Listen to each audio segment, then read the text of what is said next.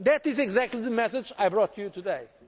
A message of working with our countries, yes, but not for the sake of nationalism, precisely to win the battle against the nationalists or the extreme populists, to have a democratic federation of countries, of course a federation of citizens, a union for the citizens of Europe. And this is the message I brought you today, and this is the only way to go forward if you want to achieve results.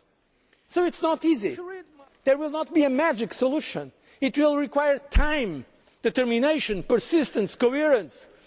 I know that populists, they manipulate feeling and anger. They can give a very simple solution. The solution is no. To say no is easy. Say no to Europe is easy. Difficult, and that requires leadership, is to say yes, but to say how we can move forward. And that is why I am asking you to bring the conditions for a true European debate with a true European democracy. And I am making the signal for the next European elections. Because I believe in democracy. I was elected since I was 29 years of age in my parliament. Mr Farage, don't look at me like that. Because in fact I really have a great admiration for the wisdom of the British people. Every time you have tried to be elected in Britain, you were rejected. That is why you came here. It shows that the British people know that it is much better to keep you away from your own system. Every time I was running for election in my country, I got elected. I was leader of the opposition. I was prime minister. And to be president of the Commission, I received the support of this European Parliament.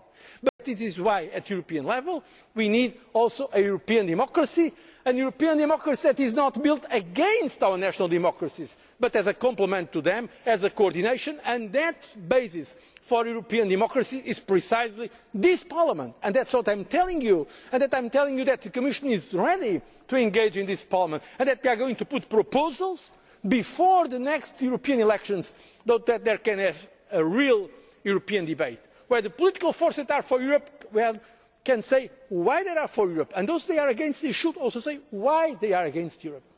And what annoys me today, to be very open with you, and that we have to recognise, is that in many of our countries, those who are taking the lead in the European debate are the anti-Europeans, are the Eurosceptics, are the populists, are the extreme nationalists. And that is why I think we have to provoke. We have to provoke, if necessary, with a positive, constructive rupture, the pro-European forces, to ask them to come and say what would be the consequences of not having this Europe. Mr Farage. Well now, you claim to be a good Democrat. It's a very twisted form of democracy when you say that all of those political parties that get votes with whom you don't agree are not relevant. It's a pretty obscene definition of democracy to decry those of us that believe in national democracy and European cooperation. You call us populist, extremist, xenophobic and nationalistic. Surely, Mr Barroso, the point about democracy is you engage in debate, you listen to what the other person has to say, you put it to the public and you accept the result. That is what real, genuine parliamentary democracy is about, and you seem to actually despise that and everything that those of us that stand for national democracy believe in. And to tell me that you are in this position because this Parliament voted for you, we were only given the chance to vote for one candidate. Is that your new model of European democracy?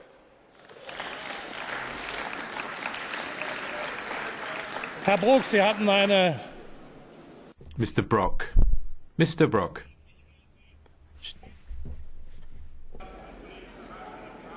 Ja, da hätten Sie aber während der Rede von Herrn Farage zeigen müssen.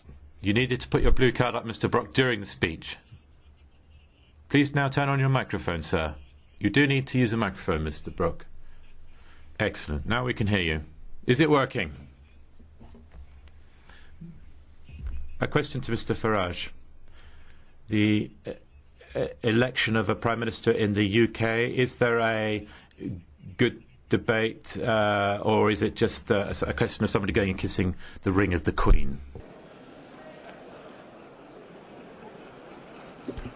I better be slightly careful how I answer the last part of that question, I think.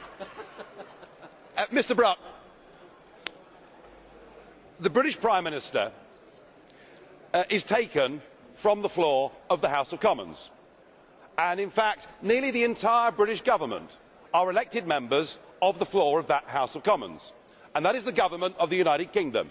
The fundamental difference between that and the European Union is this College of Commissioners that you see over here, the people who have the sole right to propose legislation within the European system. Not one of them has been voted for by anybody in Europe, and therefore they cannot be removed. And that is why the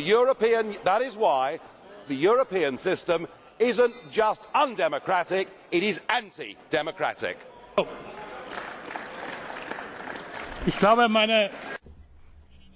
Ladies and gentlemen, colleagues, please do listen for a moment.